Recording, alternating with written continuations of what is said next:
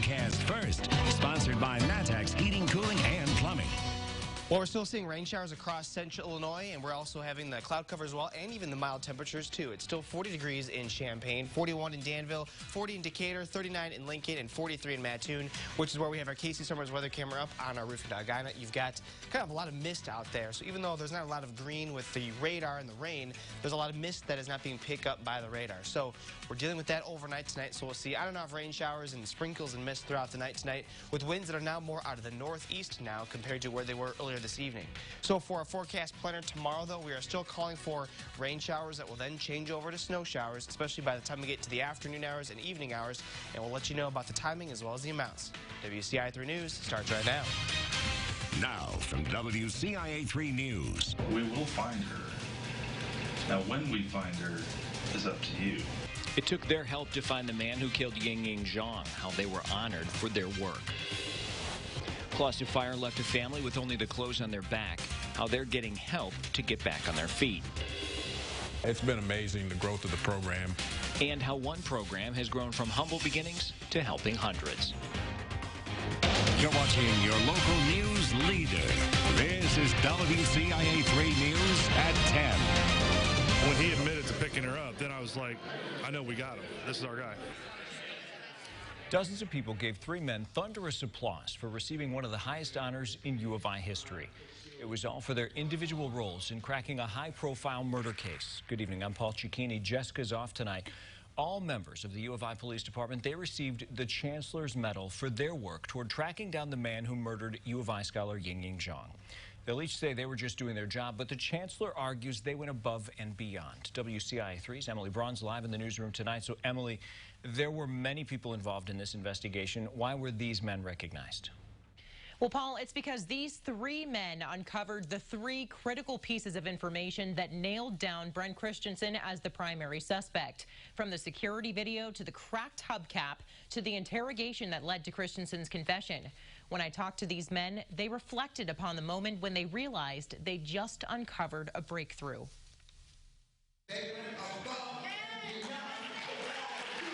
The accolades from U of I Chancellor Robert Jones were followed by brief, humble acceptance speeches. Telecommunicator Kenneth Costa was first to accept his medallion. His knowledge of the campus security cameras gave investigators a clear clue where to look for their suspect first. So I went ahead and looked at that camera, and lo and behold, she was walking down the sidewalk, and that's when everybody that's seen the video, that's what I found. Sergeant James Carter steps up to the stage next. He discovered the black Saturn Astra in the footage had something unusual, a crack in the hubcap that put them closer to finding the suspect. I thought we actually had something to go on, because when you watch videos and you see vehicles and there's nothing distinctive that you can say, hey, this is something different about this particular vehicle. Seeing that, I knew it would hopefully lead back to something. It led police right to their suspect's door. Before long, Brent Christensen was in custody.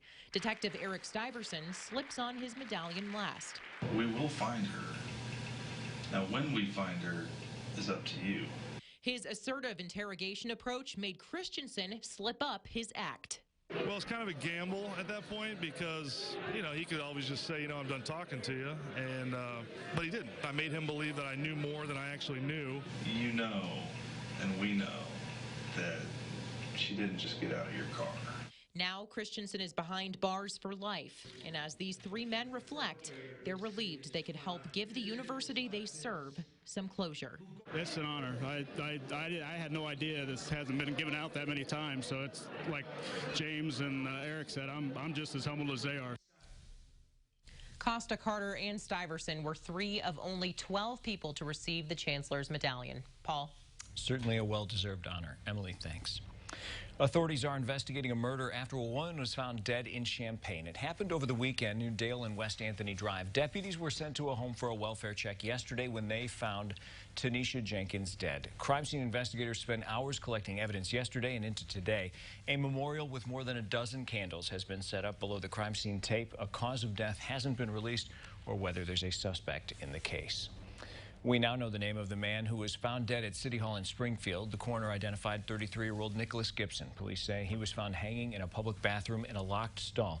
They say there were not any signs of violence. We have an update now on a robbery turned murder in Decatur. One of the 4 suspects arrested at the time has pleaded guilty. Cecily Taylor was shot and killed during a robbery of her apartment. Her fiancé, Brittany Wilson, was shot several times but survived. Shaitan Cook reversed his not guilty plea today before his jury trial was to begin. He will spend 20 years in prison. New tonight at 10, a company in Danville is suing a manufacturer for $15 million. Watchfire Signs filed a suit against a North Carolina-based manufacturer last week. The suit claims the manufacturer, Cree, provided faulty light bulbs to Watchfire for years. Watchfire uses specialty LED bulbs. After getting a bad batch from Cree, the 2 companies entered a mutual agreement. But Watchfire claims in the suit Cree hasn't fixed any problems nor repaid any money. Watchfire says those bulbs are faulty, so much so all of them have to be replaced. They're projecting more than $15 million in replacement costs. We have an update to a proposed change at one school. The Champaign School District is looking at a range of plans to remodel and expand International Prep Academy into a K-8 dual language campus. At the school board meeting tonight, several options for reconstruction phases at IPA were presented. Those included plans to either remodel or demolish and build a new school. Several concepts were discussed, including a building expansion, internal aesthetic improvements, traffic and parking plans, playground relocation, and more. This would be done in several phases over the next several years. The plans presented tonight would be at least $30.5 million in total project cost. The school board is in its very early stages of planning these renovations. In less than 2 years since the Boys and Girls Club started in Rantoul, the number of kids it serves has skyrocketed from dozens to hundreds. What started as a summer program has turned into much more. WCIA 3's Jennifer Jensen joins us now. So Jennifer, how has this program grown so much? Paul, the Don Moyer Boys and Girls Club partnered with the school district to create the summer program in 2018. Its success launched the expansion for the after-school programs. And judging by the number of families who have benefited from this, it's filling a big need in Rantoul. Every day after school, these students in the Rantoul School District have a place to go and things to do. The most important need is just, support for these kids. Who are struggling with so many different things in life. What started nearly 2 years ago. It's been amazing, the growth of the program. Has changed the lives of kids at J.W. Ader and Pleasant Acres Elementary. The Don Moyer Boys and Girls Club is now serving more than 200 kids in Rantoul. It's so nice to see the growth of having parent involvement, having school support, having teachers come in weekly to help tutor. They start the afternoon with homework. Do you need tutoring? Do you need to spend a little bit of time reading? And we have staff that are geared towards making sure our kids have success. Then the kids get out some energy with games and activities. Anything from nature walks, from dodgeball, from learning how to play kickball, learning how to play the real rules of basketball.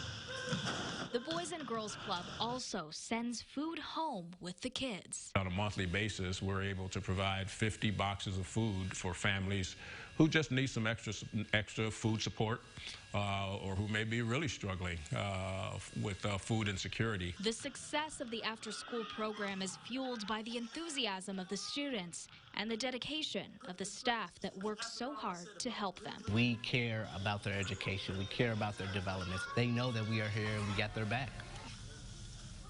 It costs about $200,000 to run the programs between both schools in Rantoul. That's paid for by grants and donations. Paul, back to you. Sounds like the money is well worth it. Jennifer, thanks. Well, one family has made it their duty to keep others safe. How they're doing it, one house at a time. And a family lost everything to a fire last week. What some are now doing to make sure this tragedy has a happy ending.